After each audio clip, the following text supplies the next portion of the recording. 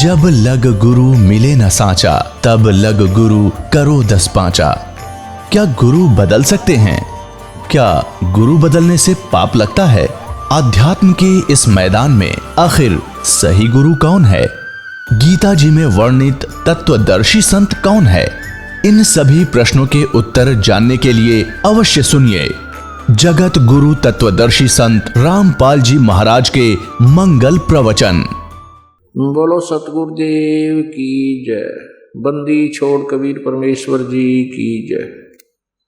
बंदी छोड़ गरीबदास जी महाराज जी की जय। स्वामी राम देवानंद जी गुरु महाराज जी की जय।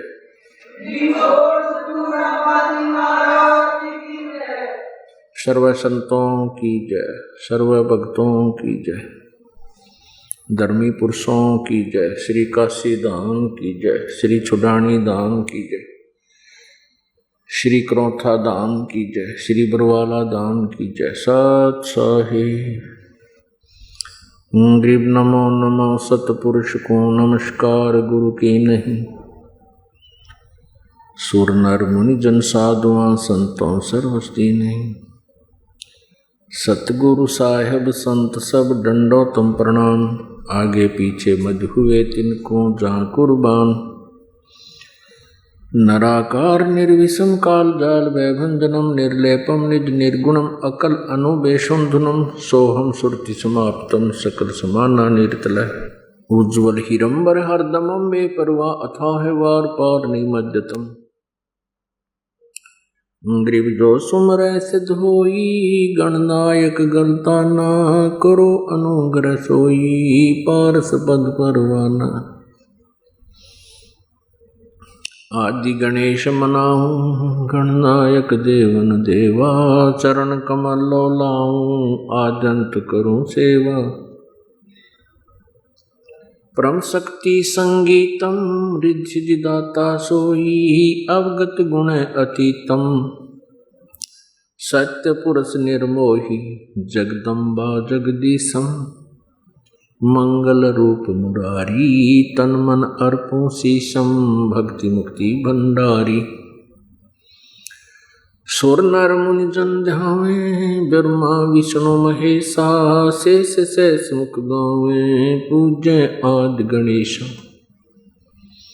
इंद्र कुबेर सरीखा वरुण धर्म राय झावे समर्थ जीवन जी का मन इच्छा फल पाओ।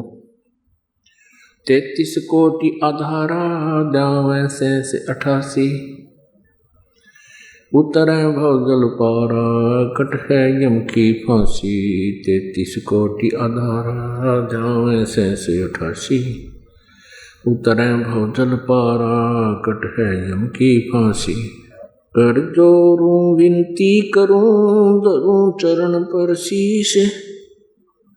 गुरु जी राम देवानंद जी महाराज ने दियो नाम बख्शीश। कोटि कोटि सिजदा करूं कोटि कोटि प्रणाम। चरण कमल में राखियो मैं बांधी जाम गुलाम। कुत्ता हूँ गुरुदेव का रामपाल दास का नाम।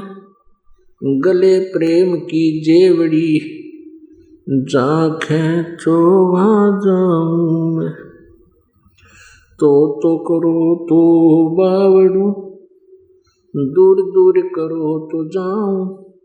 ज्यों राखो त्यों ही रहूं जो देवो सो खाऊं। जय इब के सतगुरु मिले सब दुख आँखों रोए। चरणों ऊपर शीश धरूं कहूँ जो कहनी हो। कबीर गुरु जी मिल लेंगे पूछेंगे कुशलात। आदि अंत की सब कहूँ अपने दिल की बात। गुरु जी तुम ना भूलियो चाहे लाख लोग मिल जाएं हम जैसे तुमको बहुत हैं, तुमसे हमको नहीं, तुमरे विसारे क्या बने, मैं किसकी शरण में जाऊं। शिव बिरंच मुनि नारद, तिनके हृदय न समाऊं। अवगुण किए तो बहुत किए, करत न मानी हार, बावे बंदा बख्श दियो, बावे गर्दन उतार।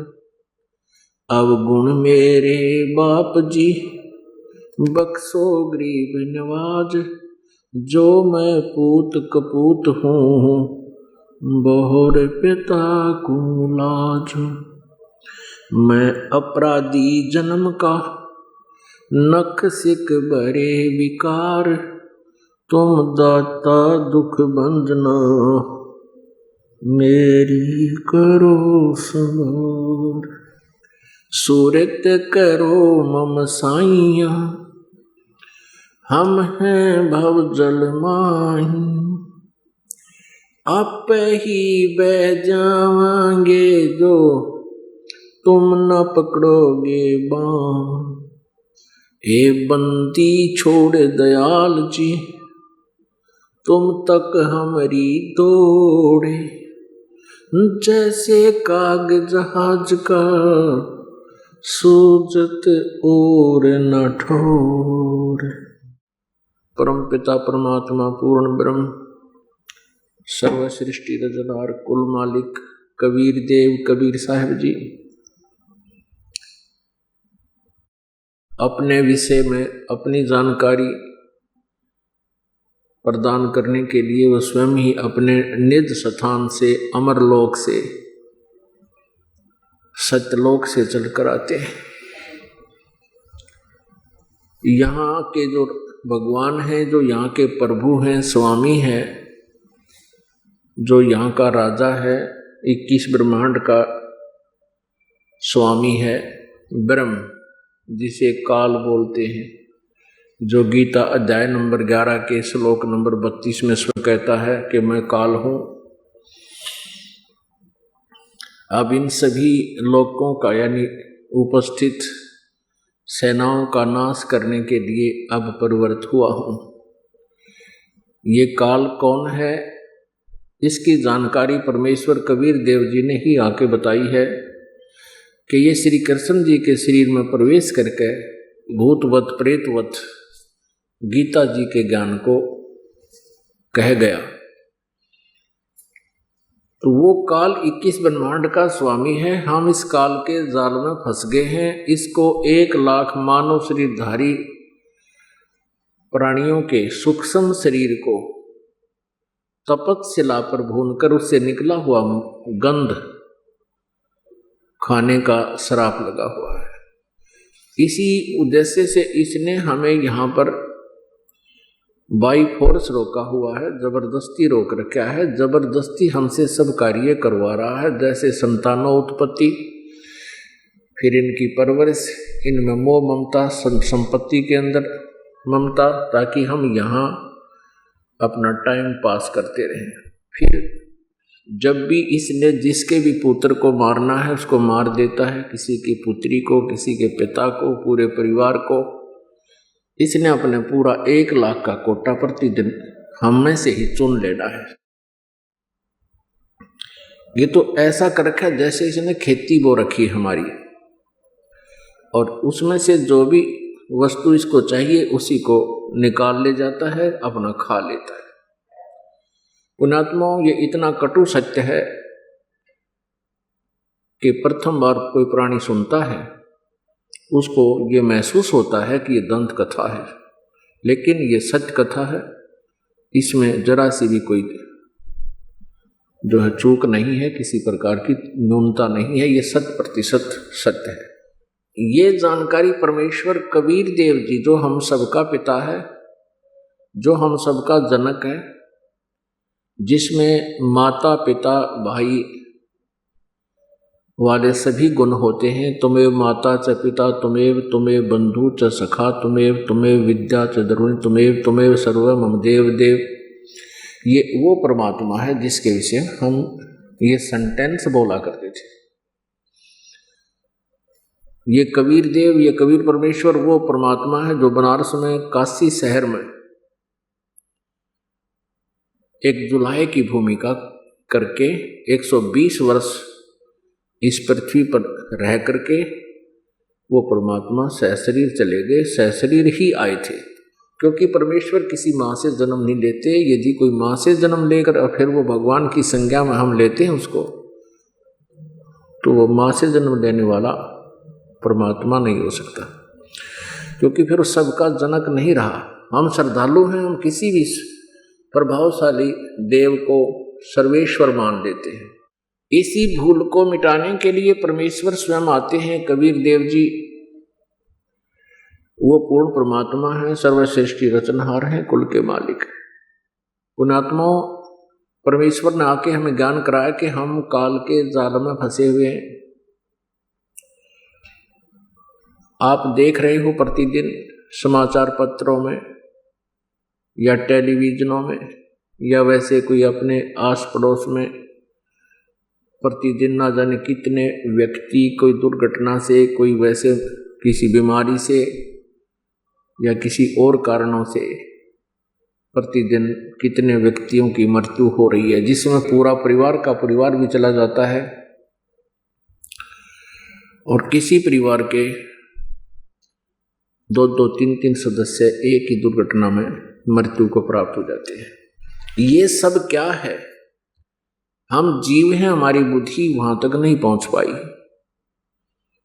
हम ये सोचते रहे कि शेष कुशल रहे भगवान।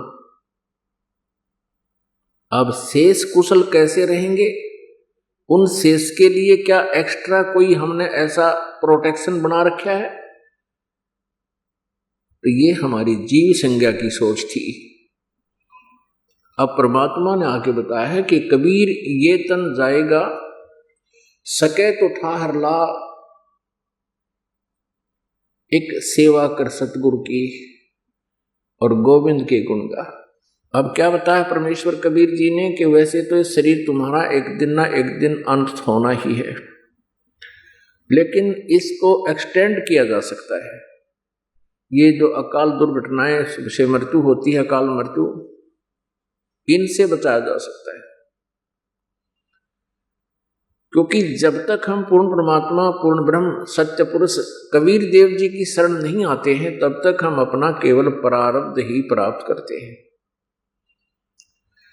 उस प्रारब्ध में आपकी जिसमें जिन कारणों से भी मृत्यु होती है वो हो जाती है। उस दौरान जैसा भी आपने कोई पुण्य पाप किया, वो आपका दोनों ही अकाउंट ओपन रहते हैं। आपके जो पाप हैं वो बैड अकाउंट में ऑटोमेटिकली डिपॉजिट होते रहते हैं, और जो आप पुण्य करते हो वो ऑटोमेटिकली आपके गुड अकाउंट में जमा होते रहते हैं। अब पुण्य पाप का जो हिसाब किताब है, अकाउंट है, वो बहुत ही लंबा चौड़ा है। आप अच्छी सोच भी किसी के प्रति रखते हो, वो भी आपके पुण्य में होती है। आप किसी के बारे में मलिन सोच भी रखते हो, किसी का बुरा करने की सोच भी लेते हो, तो भी आपके बैड अकाउंट में वो सोच का जितना भी आपको पाप लगना है वो ऑटोमेटिकली डिपॉजिट हो जाता है। आपने कहीं कोई पक्षियों को दाने डाल दिए, वो आपके गुड अकाउंट में। पक्षियों को दाने डालने के लिए जितने सफर में आपके पैरों के नीचे जीव मरे, वो बैड अकाउंट में।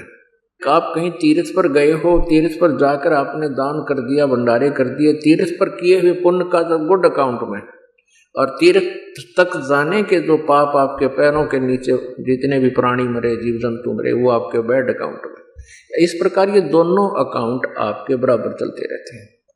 और परमात्मा का विधान है कि जैसा कर्म जो कोई करता है उसको वैसा ही भोगना भी पड़ता है।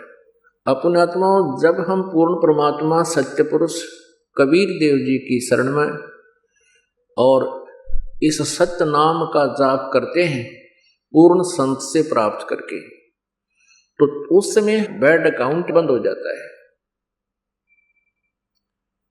वो कैसे हो जाता है? जैसे किसी ने लाइसेंस बनवा रखा, ड्राइविंग लाइसेंस, चालक प्रमाण पत्र, और वो सड़क से जा रहा है या कहीं भी रास्ते में जा रहा है और उससे कोई दुर्घटना हो जाती है, वो 90% बरी होता है, क्योंकि उसने जानबूझकर एक्सीडेंट नहीं किया, क्योंकि वो ट्रेंड आदमी है, उसके पास प्रमाण पत्र है।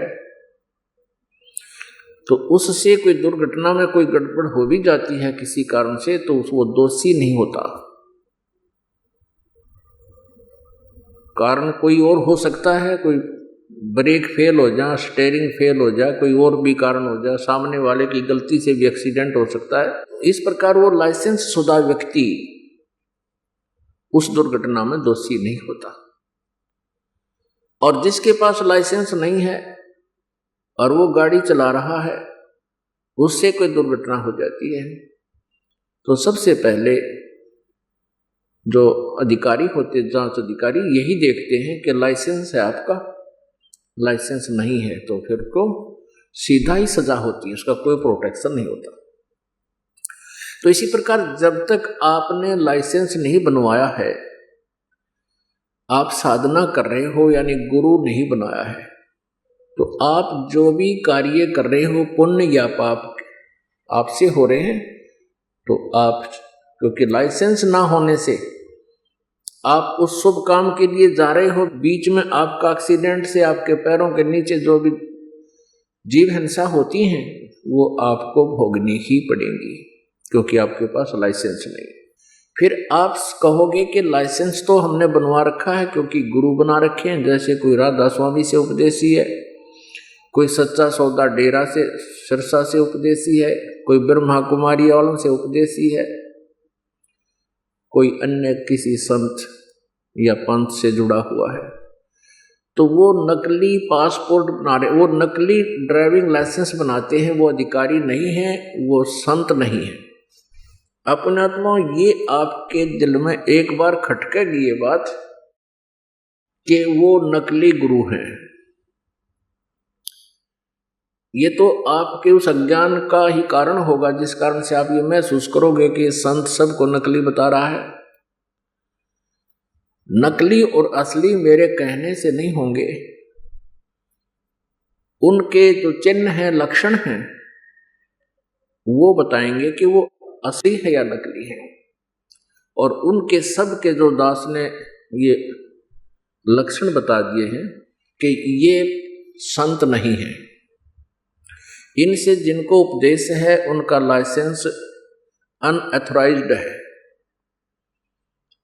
और फिर जब यहाँ से संसार छोड़कर जाओगे, वहाँ पर इन गुरुओं से उपदेश लेने से आपको कोई प्रोटेक्शन, कोई बचाव नहीं होगा, उसमें बहुत देर हो चुकी होगी। आपको वहाँ पश्चाताप और रोने के अतिरिक्त कुछ नहीं मिलेगा। दास का ये उद्देश्य नहीं है कि मैं किसी की क्रिटिसाइज करूं, आलोचना करूं, लेकिन परमेश्वर ने इस दास को यह सेवा दे दी कि सच्ची कहूं, सत्य कहूं, ताकि पुण्यात्मा सावधान हो जाएं और उन नकली गुरुओं से वापस आकर के अपना जो ना सच्चा लाइसेंस बनवा ले और जीवन रूपी सफर में वो आगे बहुत चलना है, उसमें अपना बचाव करें और सफलता प्राप्त करें। राधा स्वामी पंथ ने सबसे ज्यादा जीवों को घेर डाला। ये काल का पंथ है, क्योंकि जहां से ये पंथ चला है उसका कोई गुरु नहीं। श्री शिवदयाल जी आगरा वाले, उन्हीं की जीवनी में लिखा है कि स्वामी जी का कोई गुरु नहीं था। और परमेश्वर की अमृत वाणी में, सच्चिदानंद घन ब्रह्म की वाणी में और सभी संतों ने जिन्हें परमात्मा पाया है, उनके अमृत वचनों में ये स्पष्ट किया है कि गुरु बिन माला फेरते, गुरु बिन देते दान, गुरु बिन दोनों निष्फल हैं, चाहे पूछो वेद पुराण। अब गुरु नहीं जिस व्यक्ति का, तो आगे चल के वो बहुत दुख पाता है। क्या होता है कि पिछले पुण्य इतने होते उन पुण्य आत्माओं के, जो पुण्यात्माएं किसी गुरु पद को प्राप्त कर रहे हैं, कोई संत बन गया है, ये काल का जाल है। वो पिछले पुण्यकर्मी प्राणी हैं, उनकी वचन में भी प्रभाव होता है, उनके बोलने की शैली में भी बहुत एक आम व्यक्ति से अंतर होता है, और जिस कारण से वो अपने पिछले पुण्य से, पिछली चार्ज बैटरी से, पिछले जन्म की सिद्धियों से वो बहुत सी जनता को अपने पीछे तो लगा सकते हैं, लेकिन अंत अनुयायियों का भी और स्वयं का भी बहुत बुरा होता है। तो प्रसंग ये चल रहा है कि जो इन नकली गुरुओं से उपदेश प्राप्त कर रखा है उन भोली श्रद्धालुओं ने, भोली आत्माओं ने, और वो ये सोच रहे हैं कि हमने गुरु तो बना ही रखा है। नहीं, गुरु पूरा हो, ज्ञान सच्चा हो और आपकी श्रद्धा भी सच्ची हो, तब बात बने। अब यहाँ आपको थोड़ा सा पैरेलल एक प्रमाण देने पड़ेंगे, अन्यथा आप जी समझ नहीं सकोगे कि दास का क्या उद्देश्य है, क्यों कह रहा है, और सचमुच ऐसा है भी कि नहीं। श्री शिवदयाल जी जो आगरा में हुए हैं, उनको ये लोग परम धनी और परम पूज्य, पूर्ण ब्रह्म आदि नामों से, संज्ञाओं से, उपमाओं से सब सुशोभित करते हैं, और उनका कोई गुरु नहीं था। शिवदयाल जी से राधा स्वामी पंथ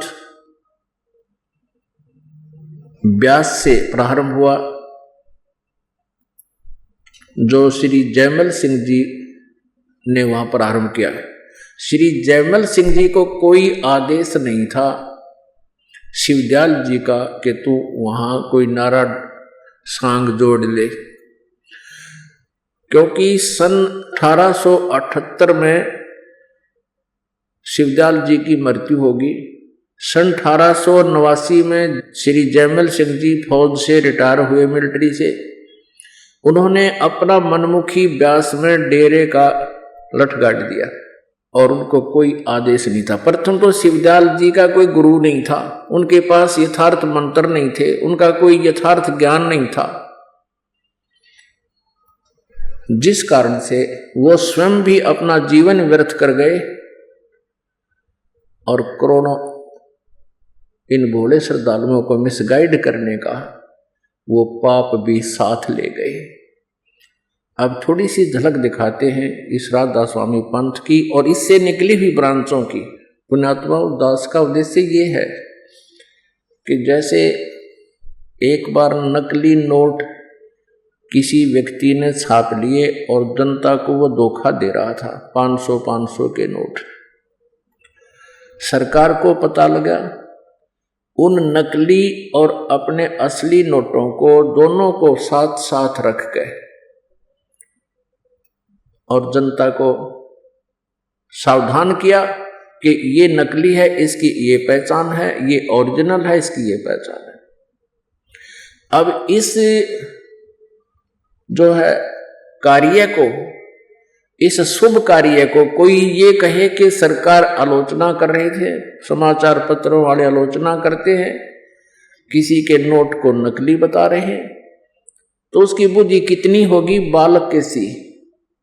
इसी प्रकार इस दास के प्रयत्न को जो कोई आलोचना कहता है वो बालक ही हो सकता है, बालक बुद्धि का, या कोई शराबी हो सकता है, या उस ग्रुप का हो सकता है जो उन नकली नोटों को छाप रहे हैं।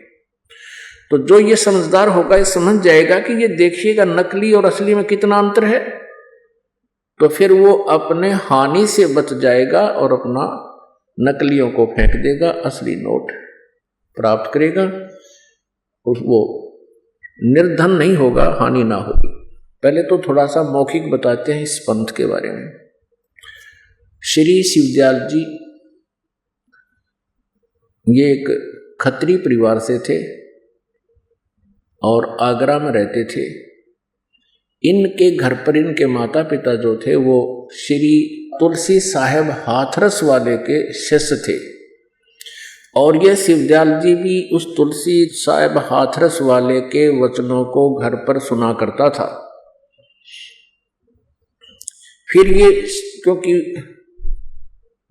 ये पश्चिमी पाकिस्तान में इनका घर था और वहाँ गुरु ग्रंथ साहिब की बहुत वाणियाँ चला करती थी, तो ये गुरु ग्रंथ साहिब का पाठी भी रहा है।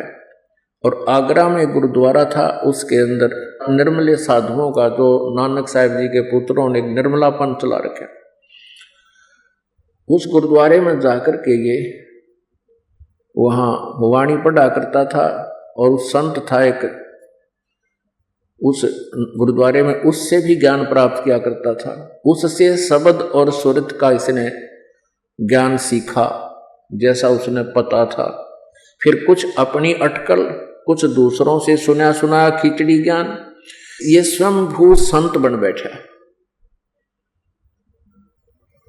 उसके बाद इसने कई घंटों तक साधना की, कई कई दिन तक बैठा रहता, कई कई दिन बाहर नहीं निकलता, कोठे में कोठे यानी गुफा में जा करके वहाँ साठियोग किया करता था, जो किसी भी संत मते में या किसी भी संत ने ऐसी क्रियाएं नहीं की। उसके बाद क्या हुआ कि आगरा से ही एक पंथ निकला है, जय गुरुदेव मथुरा में। ये वही 5 नाम देते हैं जो काल के हैं, जो मोक्षदायक नहीं है। और वहीं से एक पंथ, एक व्यक्ति ने, जैसे राम सिंह जी थे जुई गांव के, हरियाणा के, और राम सिंह जी के शिष्य थे एक ताराचंद जी जो जनोद गांव में, उन्होंने अपना अलग राधा स्वामी पंथ का एक आश्रम बना लिया। उसी आगरा से ही एक पंथ निकला, अभी बताया आपको, श्री जयमल सिंह जी, जिन्होंने स्वयंभू संत बनकर ब्यास में एक डेरा स्थापित कर दिया। जयमल सिंह जी के शिष्य हुए श्री सावन सिंह जी। श्री सावन सिंह जी के शिष्य थे श्री बलोचिस्तानी शाह मस्ताना, जिसका वास्तविक नाम था श्री खेमामल। वो बलोचिस्तान के रहने वाले थे। और एक कृपाल सिंह जी, ये दोनों शिष्य उत्तराधिकारी समझते थे अपने को, श्री सावन सिंह जी के उत्तराधिकारी समझते थे। लेकिन श्री सावन सिंह जी ने इन दोनों को अपना उत्तराधिकारी नहीं बनाया। उन्होंने श्री जगत सिंह सरदार जी को अपना उत्तराधिकारी बना दिया। तो ये दोनों वहां से विमुख होकर, गुरुद्रोही होकर, इन दोनों ने श्री खेमामल जी अर्थात श्री बलोचिस्तानी शाह मस्ताना जी ने डेरा सच्चा सौदा सिरसा में अलग से स्थापना कर दी। और फिर वो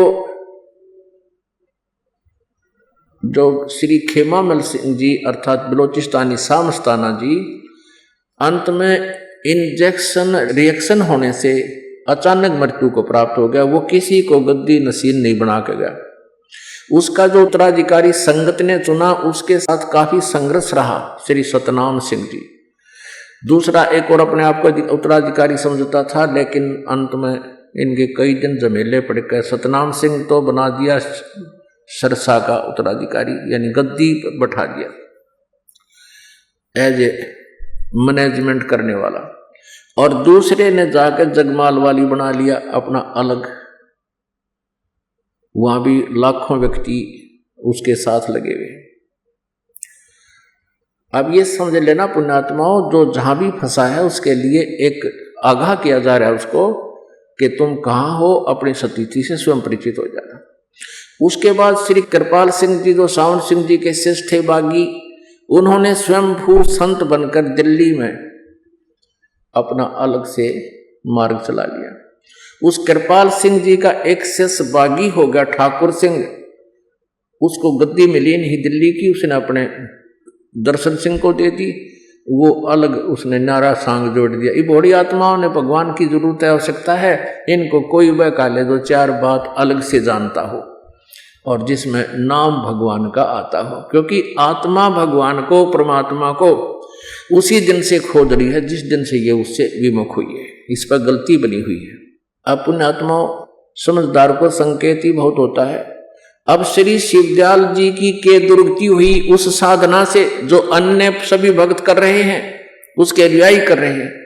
तो इससे आपको सहज में आसानी से निर्णय हो जाएगा कि अन्य का क्या होगा। जब उनके मुखिया की ऐसी दुर्गति हुई, वो प्रेत बना, अपनी शिष्या बुक्की में बोलने लगा, फिर उसी तरह हुक्का पीने लगा, जो पहले की तरह भोजन खाने लगा, और किसी उसके जो शिष्य थे कोई उन पर आपत्ति आ जाती तो उस बुक्की के सामने खड़ा होकर उस प्रेत से प्रश्न करते, वो प्रेत उत्तर देता।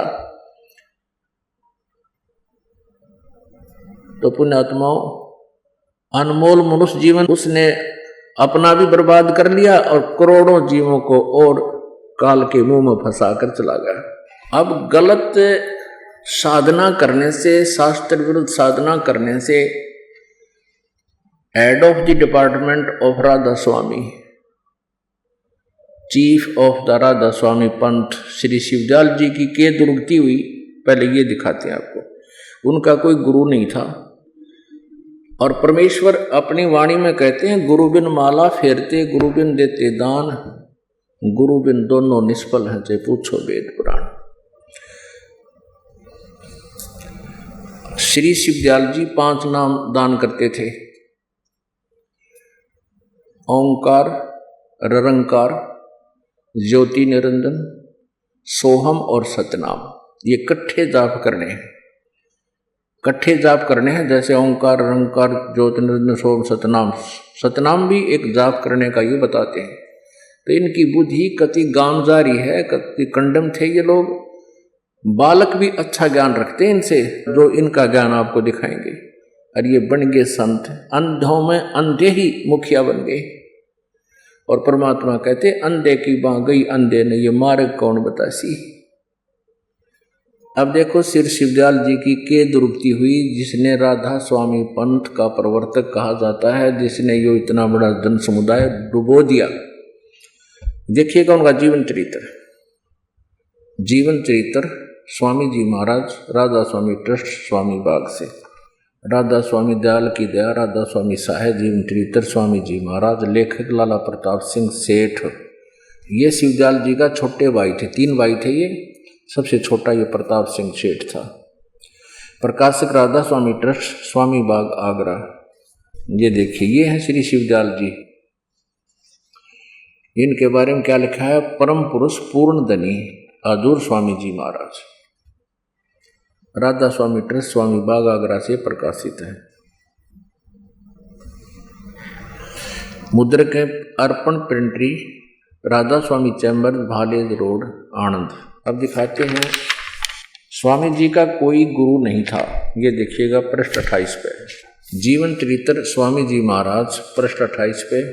स्वामी जी महाराज का कोई गुरु नहीं था, और न किसी से उन्होंने परमार्थ का उपदेश लिया। ठीक।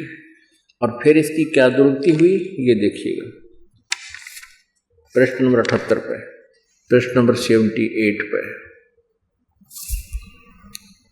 ये वचन नंबर 71, 71। अब बुक्की जी का कि जो सिब्बो जी की छोटी बहन थी, थोड़ा सा हाल लिखा जाता है। यह सिब्बो जी से कुछ अरसे बाद स्वामी जी महाराज के चरणों में आई थी।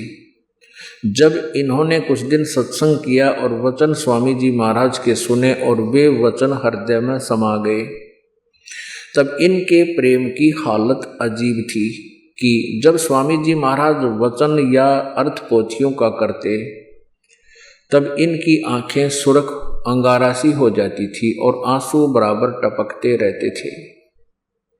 ये तो किसी में प्रेत हो ना, उसके लक्षण होते हैं। और बहुत देर तक, यानी घंटों, उन वचनों का नशा बना रहता था। वह पड़ी रहती थी बेहोश, जैसे आप देखते हो जिसमें प्रेत आ रहा है वो पड़ा रहा, आंख लाल हो जाती है। तो स्वामी जी महाराज कथा से फुर्सत पाकर हुक्का पीते थे। अभी शिवदयाल जी हुक्का पीता था या करते थे, या अभ्यास का रस लेते हुए या कथा कहने बैठते, तो बुक्की जी महाराज के चरणों का अंगूठा मुंह में रखे हुए घंटों चरणामृत का रस लेती रहती थी। और जब कोई मत्था टेकने के वास्ते हटाना चाहता तो वे चरण नहीं छोड़ना चाहती थी। तब मत्था टेकने वाले से कह दिया जाता था कि तुम दूसरे चरण पर मत्था टेक लो। अब राधा स्वामी पंथ के श्रद्धालु किसी अन्य से पूछते हैं, वो कहते हैं कि क्या तुम्हारे गुरुजी चरण छुआते हैं? तो हमारे भक्त कहते हैं हाँ जी हमारे गुरुजी चरण छुआते हैं। कहते पूरे गुरु की पहचान ये है, राधा स्वामी वाले कहते हैं कि पूरा गुरु जो होगा वो चरण नहीं छुआता। अरे अब बुक्की उसके चरण का अंगूठा चूसा है और दूसरे कोई मत्था टेकना हो, जब उनको कह दिया जाता था कि दूसरे चरण पर मत्था टेक लो। तो ये दंत कथा लोकवेद ये अपने भी पंथ से परिचित नहीं है, अपने भी उनको जानकारी नहीं है। अब आगे देखते हैं, अब बुक्की जी को के विषय में आगे पढ़ते हैं। देखिएगा, दूसरे चरण पर मत्था टेक लो और प्यासी को मत हटाओ। और वह बयान किया करती थी, मुझे इसमें ऐसा रस आता जैसे कोई दूध पीता है। इनके भजन का ये हाल था कि 8 घंटे 9 घंटे रोज भजन किया करती थी। अब उस पड़ी रहा करती थी, भूत घेरे रहता इसमें। अब झूठा ज्ञान ये ध्यान कहाँ लावे, अब ज्ञान दिखाएंगे इसका। भजन करती थी। इनको स्वामी जी महाराज के दर्शनों का पूरा आधार हो गया था।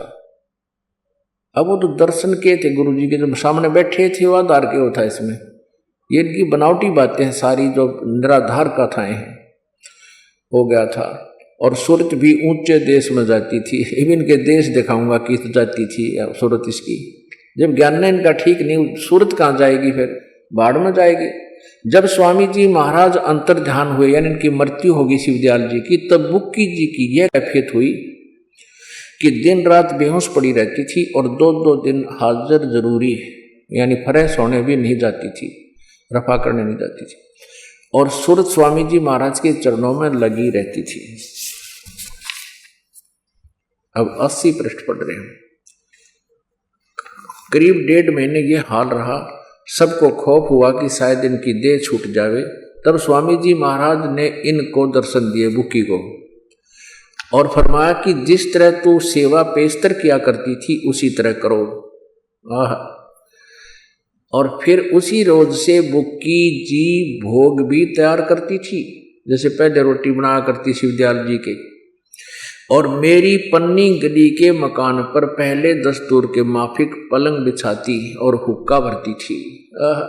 ये लेखक है शिवदयाल जी का छोटा भाई प्रताप सिंह जी। वो कहता है कि मेरी पन्नी गली के मकान पर पहले की तरह भोग भी तैयार करती थी और पलंग बिछाती और हुक्का भरने लगी। और वह पलंग अभी तक बिछा रहता है। गर्ज की जिस तरह से की पेशतर सेवा किया करती थी, पेशतर माने पहले उसके जीते जी, गर्ज की जिस तरह से पेशतर सेवा किया करती थी, यानी जैसे पहले सेवा करती थी, उसी तरह से कुल काम करने लगी। और स्वामी जी महाराज उनको ध्यान के समय में प्रगट दर्शन देते थे और कुल सेवा उसी तरह कबूल फरमाते थे। अब देख लो, अब बुक्की में आ जाता हो और वह कब रोटी खाता वो खुद बुक्की के माध्यम से, और बुक्की हुक्का पीती उसी पलंग पर बैठ के। यानी शिवदयाल जी बुक्की में प्रवेश होकर पहले की तरह कुल सेवा उसी तरह कबूल फरमाते थे, जैसा कि अंतर ध्यान होने के पेशतर यानी पहले करते थे। अंतर ध्यान होने से पहले रोटी भी खाता था, वो हुक्का भी पिया करता, वो खाना खा के फिर उस बुक्की में आ गया। फिर वो बुक्की लड़की खाना बनावे अब पे खावे, उसमें भूत खावे, और हुक्का पियो पहले ना पीती थी, फिर हुक्का पीने लगी। वो भूत बनकर शिवदयाल जी राधा स्वामी पंथ के मुखिया उसमें प्रेत बनकर आगे अपने शिष्या बुक्की में, और हुक्का उसी तरह हुआ हुक्का पीवे उसके माध्यम से और खाना खावे।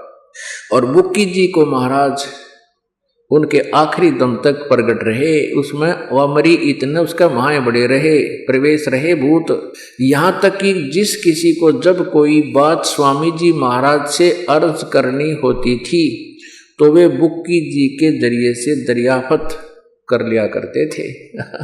अब मान लो किसी ने प्रश्न करना था स्वामी जी से, बुक्की के सामने बोलते, वो भूत बोलता फिर बुक्की में, शिवदयाल जी तरह गजब भैया।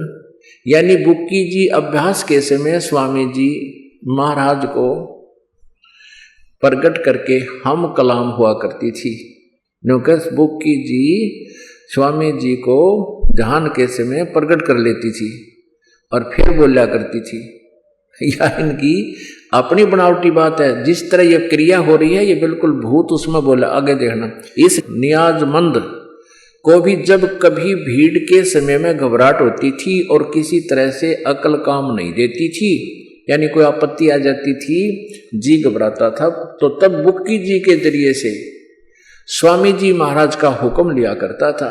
बुक्की जी में इंटरनेट लग गया फिर, और जो उसके भाई में ना लग गया या ओरा में ना लग गया, वो भूत आएगा उसमें प्रवेश हो गया और उसमें बोलने लग गया। जैसे आम भूत बोलते हैं, जैसे ब्रह्मा कुमारी पंथ है एक भूत का चलाया हुआ है, उसी तरह वो बोलता हा करके, ऐसे ये बोलने लग गया इसमें। तब बुक्की के जरिए से स्वामी जी महाराज का हुक्म लिया करता। ये लेखक कह रहा है, लेखक उसका छोटा भाई शिवदयाल जी का। और जैसा हुक्म होता था उसी के मुआफिक बंदा कारबंद होता था। तो इसके इस प्रताप सिंह में क्यों ना हम कलाम हुआ, बुक्की हम कलाम हुआ थी, ये भूत बोला था इसमें। अब कहते हैं जैसा भी हुक्म होता था उसी तरह मुआफिक बंदा कारबंद होता था, यानी जो आदेश होता उस भूत का, वो लेखक कहता मैं उसी के आदेश अनुसार आगे क्रिया करता था। और इसी तरह राय साहब यू शाल्यग्राम, जिसने राधा स्वामी पंथ अलग से लटकाट दिया इसी के प्रेजेंस में, वो भी उसने भी मौज की थी कि बुक्की जी के जरिए से 2-4 बार हुक्म हासिल किए थे। सारे जीवन में 2-4 बार हासिल किए। पता लगे भूत बोल रहा इसमें। फिर यो अपने आत्माओं, गरीबदास साहिब जी ने कहा है, सतगुर पुरुष कबीर हैं ये चारों युग परवाने, ये झूठे गुरुआ मर गए हो गए भूत मसान। ये झूठे गुरु से भी भूत बन जाते हैं और केवल कबीर परमेश्वर जी ये चारों युगों में आते हैं। इनका ये प्रमाण है। सतयुग में सत्सुकृत नाम से एक परमेश्वर आए थे पूर्ण ब्रह्म, त्रेता में मुनिंदर नाम से, द्वापर में करुणामय नाम से और कलयुग में कबीर नाम से। इन राधा स्वामी पंथ वाले श्रद्धालुओं से कोई पूछने वाला हो कि ये कहते सन 1818 में इनका जन्म हुआ, इससे पहले का कोई इतिहास है इस तुम्हारे परम धनी का? ये तुम परम धनी कहते हो, इससे पहले किसी युग में आया ऐसा है कोई इतिहास? नहीं। और वेद गवाही देते हैं कि वो परमात्मा प्रत्येक युग में आता है और यथार्थ ज्ञान वह स्वयं ही अपने भक्तों को प्रदान करता है। अब आपको दिखाते हैं इन नकली पंथों का नकली ज्ञान और झूठे नाम। पुण्यात्माओं, जब तक आपके समक्ष इनके द्वारा दिए गए उपदेश और मंत्र रूबरू नहीं होंगे और फिर वास्तविक मंत्र बतावांगे, किस किस संत ने कौन कौन से मंत्र जाप किए और किस पर वो प्रमाणित है कि उनका मोक्ष हुआ, बहुत समय से उनकी जो ना महिमा गाते आए हैं भक्तजन। अब इनके झूठे ज्ञान की एक झलक बताते हैं आपको। परमात्मा कहते हैं झूठा ज्ञान ये ध्यान कहाँ लाओ, ये बात विदा चतुराई। ये देखिएगा एक पुस्तक है सारवचन राधा स्वामी नसर यानी वार्तिक, राधा स्वामी दयाल की दया राधा स्वामी सहाय, सारवचन राधा स्वामी नसर यानी वार्तिक, जिसको परम पुरुष पूर्ण धनी स्वामी जी महाराज ने जबान मुबारक से फरमाया है। शिवदयाल जी ने बोले हैं ये वचन जो आपके समक्ष रूबरू कराए जा रहे हैं, जो बाई इज्जत राधा स्वामी ट्रस्ट द्वारा छापी गई है। प्रकाशक हैं राधा स्वामी ट्रस्ट, स्वामी बाग आगरा। मुद्रक हैं दी कोरोनेशन प्रेस, छिल्ली ईंट रोड आगरा। देखिएगा सारवचन वार्तिक नसर यानी वार्तिक, दफा 1 पृष्ठ 2 पे हम यहाँ इस दो दफा देखेंगे। इसमें अपने मतलब की बात पढ़ेंगे। सिर्फ काम इतना है कि इंसान यानी मनुष्य अपनी सूरत यानी रूह को उसके खजाने और निकास जहाँ से रूह आई है यानी मुकाम सतनाम और राधा स्वामी में पहुँचावे। यहाँ सतनाम को ये स्थान कहते हैं, मुकाम माने स्थान, राधा स्वामी को भी स्थान कहते हैं। अब आगे देखो, सारवचन वार्तिक का भाग 1 पढ़ रहे हैं, पृष्ठ 3 पर। 1 नंबर में पढ़ा आपने, ये 1 नंबर में, ये 2 नंबर था। अब तीसरा वचन पढ़ेंगे। जितने आचार्य और महात्मा और अवतार और पैगंबर हर एक मजहब में हुए, वे सब अपने अभ्यास के जोर से अंतर में तरफ मुकाम असली के चले और सब के सब दूर स्थान तक नहीं पहुंचे। और बहुत से मंजिल एक पर, ये मंजिल तो आप आम आदमी समझता, मंजिल माने स्थान, ये यहाँ एक का उत्तर यहाँ दे रखा है स्थान, मंजिल माने स्थान। ये देखो, ये मंजिल एक, इसका उत्तर यहाँ इनका अर्थ किया है स्थान। तो ये बताया कि सिर्फ संत मंजिल यानी स्थान यानी सतनाम, संत 5वीं मंजिल सतनाम पर गए, यहाँ भी स्थान सिद्ध हुआ सतनाम। और बिरले संत 8वीं यानी राधा स्वामी पद तक पहुंचे मंजिल। अब राधा स्वामी यहाँ स्थान है, सतनाम भी स्थान है। अच्छा, अब वचन नंबर 4 देखिएगा। अब समझना चाहिए कि राधा स्वामी पद सबसे ऊंचा स्थान है और यही नाम कुल मालिक और सच्चे साहब और सच्चे खुदा का है। अब इस स्थान से, राधा स्वामी स्थान से नीचे, इस मुकाम से 2 स्थान नीचे, यानी राधा स्वामी से 2 स्थान नीचे सतनाम का मुकाम है।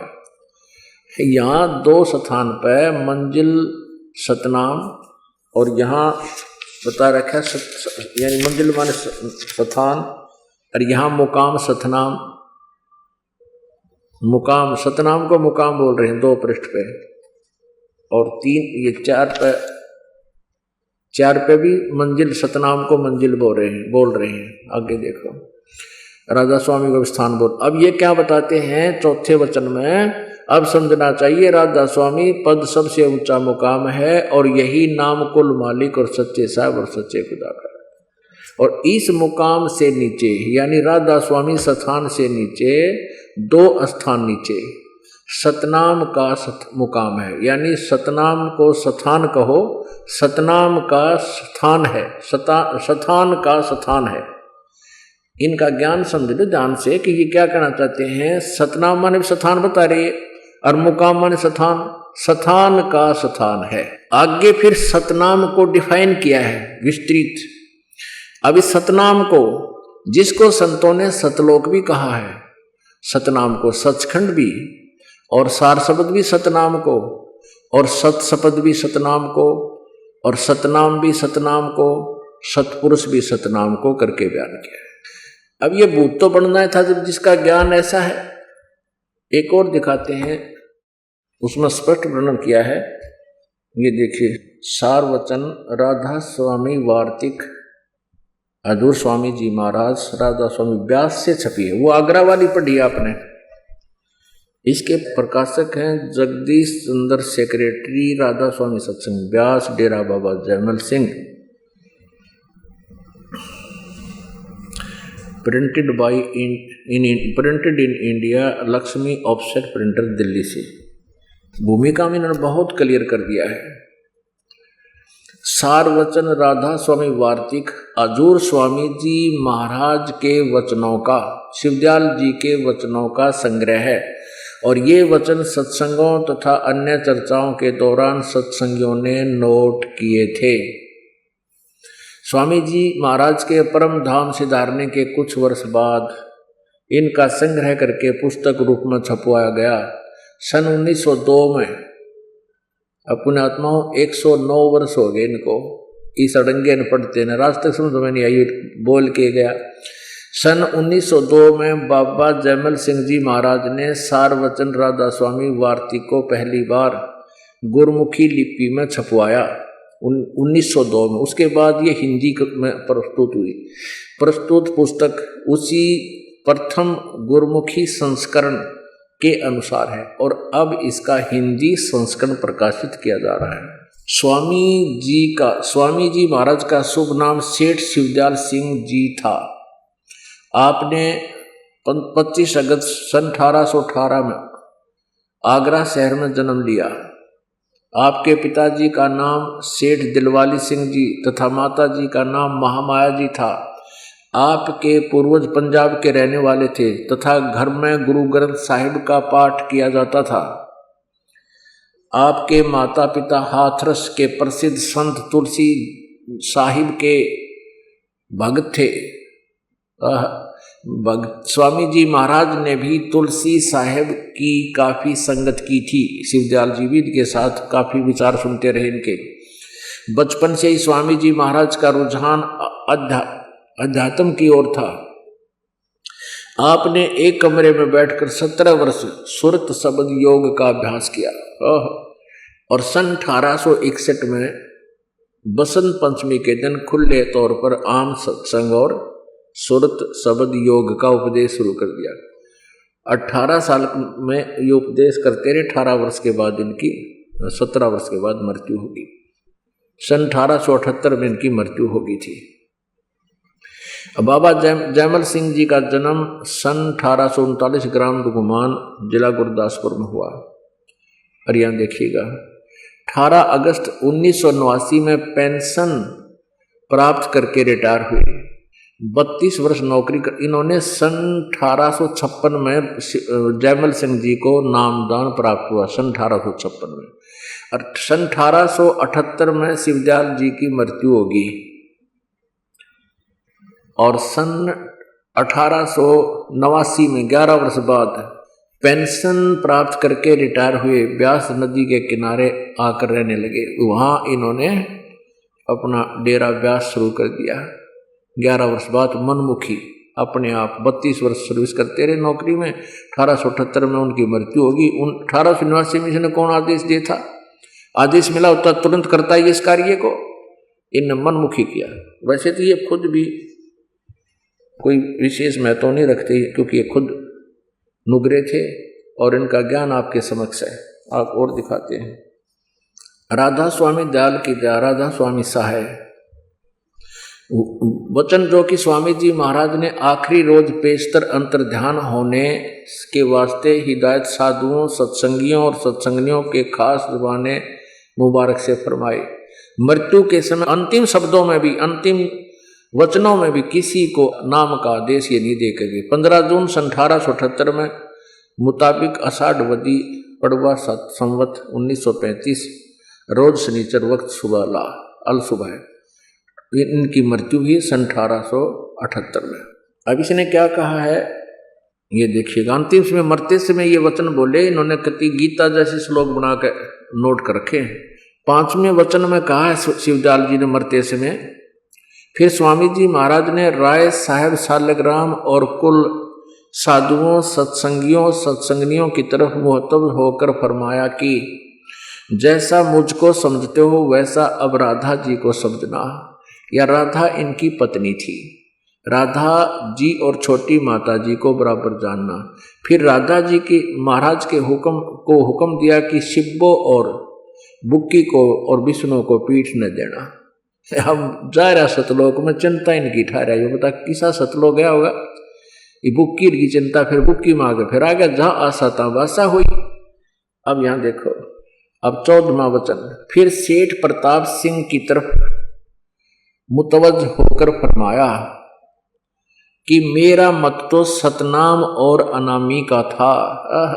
अब सतनाम नयो सतलोक का है। सतनाम मेरा मत तो सतनाम और अनामी का था और राधा स्वामी मत सालग्राम का चलाया हुआ है। यानी राधा स्वामी मंत्र भी इस शिवदयाल जी का नहीं है। इतना ही काफी है पुण्यात्माओं। और आगे कहा कि इसको भी चलने देना और सत्संग जारी रहे। सत्संग आगे से बढ़कर होगा। अब पुण्यात्माओं ये जो राधा स्वामी के श्रद्धालु जो कुछ चतुर व्यक्ति हैं जो जिनको ये परिसर बना रखा है इनको। इनका उद्देश्य यही रह गया कि अपने भक्तों को सच्चाई का पता ना चले और ये उलझावें इनको जितने दिन तक ये रोक सकते हैं, पर अब नहीं रोक पाएंगे, क्योंकि आज कोई अंधा थोड़ा ही है, बुद्धिमान है, सबको भगवान चाहिए, भगवान के लिए ये वहां गए हैं। ये क्या कहते हैं कि जब उनको ये बताया जाता है कि तुम जिस राधा स्वामी पंथ को मानते हो और तुम्हारा शिवदयाल जी जिसको तुम अपना मुखिया मानते हो, जिससे सब यहाँ पंथ चला मानते हो, वो तो कहता राधा स्वामी मेरा पंथ नहीं, मेरा तो सतनाम और अनामिका है। तो वो क्या कहते हैं आगे, ये भी तो लिखा है ना, राधा स्वामी के वो चतुर श्रद्धालु कहते हैं परिसर के, ये भी तो लिखा है ना कि उसको भी चलने देना, सत्संग पहले से ज्यादा होगा, जारी रखना। अब अंतिम समय आ गया शिवदयाल जी का, उसके सामने इसने पैरेलल उनकी इच्छा के विरुद्ध ये राधा स्वामी पंथ चला दिया। नहीं तो ये थोड़ा ही कहते मेरा पंथ नहीं है, मेरा मत नहीं है। वे दुखी थे उससे कि ये नहीं चलाना चाहिए था, लेकिन फिर भी चला दिया, तो क्या करे, मजबूर था। उसने कह दिया ठीक है, इसको चलने देना।